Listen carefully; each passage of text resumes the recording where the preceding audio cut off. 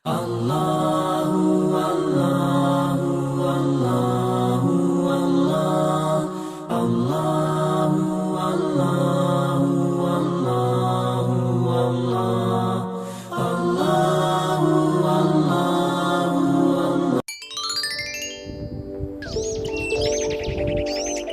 Assalamualaikum warahmatullahi wabarakatuh. Allahumma sholli ala sayyidina wa maulana Muhammad wa ala alihi wa sahbihi ajma'in. Ada perkataan yang mengatakan bahwa hewan punya akal dan mengatakan hewan punya pikiran. Dikatakan bahwa hewan punya akal dan pikiran dibuktikan karena hewan mengerti masuk ke dalam kandang. Dia juga tahu kalau ada bahaya dia lari, kalau ada yang mau dipotong dia kabur. Ini adalah bukti bahwa hewan punya akal atau punya pikiran. Bukti lain bahwa hewan punya akal dikatakan bahwa kalau dia lapar dia tahu mencari makan, kalau dia ngantuk dia tahu tidur. Ini dijadikan bukti bahwa hewan punya akal. Benarkah begitu? Benarkah tanda-tanda itu menunjukkan bahwa hewan punya akal? Untuk itu kita harus tahu dulu apa itu akal, apa fungsi akal. Di dalam Islam, akal itu diberikan Allah sebagai anugerah untuk membeda yang hak dengan yang batil, untuk membeda yang salah dan yang benar. Jadi hewan tidak memiliki akal ataupun pikiran, sebab agama diberikan kepada orang-orang yang berakal, sementara hewan tidak dibebani hukum-hukum agama. Hewan tidak dibebani hukum-hukum taklifi. Lalu bagaimana hewan bisa masuk kandang? Bagaimana hewan bisa tahu dia lapar? Bagaimana hewan tahu dia dalam bahaya lalu dia pergi lari kabur? Apakah itu menunjukkan akal? Sesungguhnya itu bukan akal, tapi itu adalah insting yang Allah berikan langsung kepada si hewan, atau disebut juga naluri. Naluri inilah yang membimbing hewan untuk memasuk ke kandangnya, lari kabur kalau ada bahaya. Ini disebut naluri, refleks saja. Kalau dia biasa masuk ke dalam kandang, dia akan masuk ke dalam kandang. Kalau dia biasa tidur di atas pohon, dia akan selalu tidur di atas pohon. Ini yang disebut insting atau naluri. Seperti manusia disebut naluri. Misal kalau ada manusia sedang lapar, tidak ada manusia yang minta lapar, tidak ada manusia yang tahu dia saat lapar, tapi Allah berikan itu menunjukkan bahwa dia lapar. Itu disebut naluri. Rasa kantuk, tidak ada orang yang minta kantuk, tidak ada yang tahu kantuk itu kapan datangnya, tapi itu disebut naluri yang Allah berikan. Begitu juga kepada hewan, Allah berikan insting dan naluri untuk dia hidup dan bergerak di dalam sehari-harinya. Begitupun pada manusia, ketika dia lapar, Allah beri naluri rasa lapar agar dia mencari makanan. Lalu Allah beri dia rasa kantuk agar dia tidur.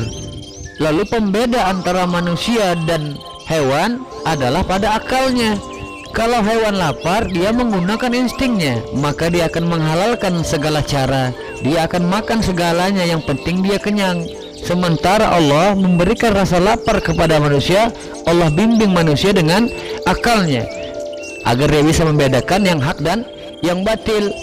Kemudian ketika Allah ingin memberi petunjuk kepada hambanya, kepada manusia yang berakal, Allah menurunkan kitabnya, yaitu Al-Quranul Karim. Misal Allah ingin mengharamkan atau menghalalkan sesuatu kepada manusia, Allah utus rasulnya, Allah utus nabinya untuk menyampaikan risalah, ini halal dan ini haram. Lalu bagaimana dengan hewan? Allah memberi dia insting langsung. Misal Allah ingin mengharamkan minuman keras kepada manusia, babi misalnya, hal-hal yang tidak baik misalnya, Allah tuliskan di dalam Al-Quran, Allah tuliskan di dalam kitab-kitabnya. Lalu bagaimana Allah mengirimkan itu kepada hewan? Melalui instingnya. Misal Allah mengharamkan batu kepada semut, Allah beri batu itu keras sehingga semut tidak memakannya. Bagaimana Allah menghalalkan gula kepada semut? Dibuat Allah gula itu manis sehingga semut mau memakannya. Jadi Allah memberikan itu melalui insting. Beda dengan manusia yang Allah beri akal, dan akal itulah sebagai pembeda antara hak dan yang batil. Jadi tidak benar kalau dikatakan hewan berakal dengan alasan dia tahu masuk kandang dan lain-lain. Itu bukan akal, tapi insting atau naluri yang Allah berikan. Kalau kepada manusia, rasa kantuk, rasa lapar, sama, mereka juga dikasih rasa kantuk, rasa lapar untuk mencari makan. Bedanya caranya saja.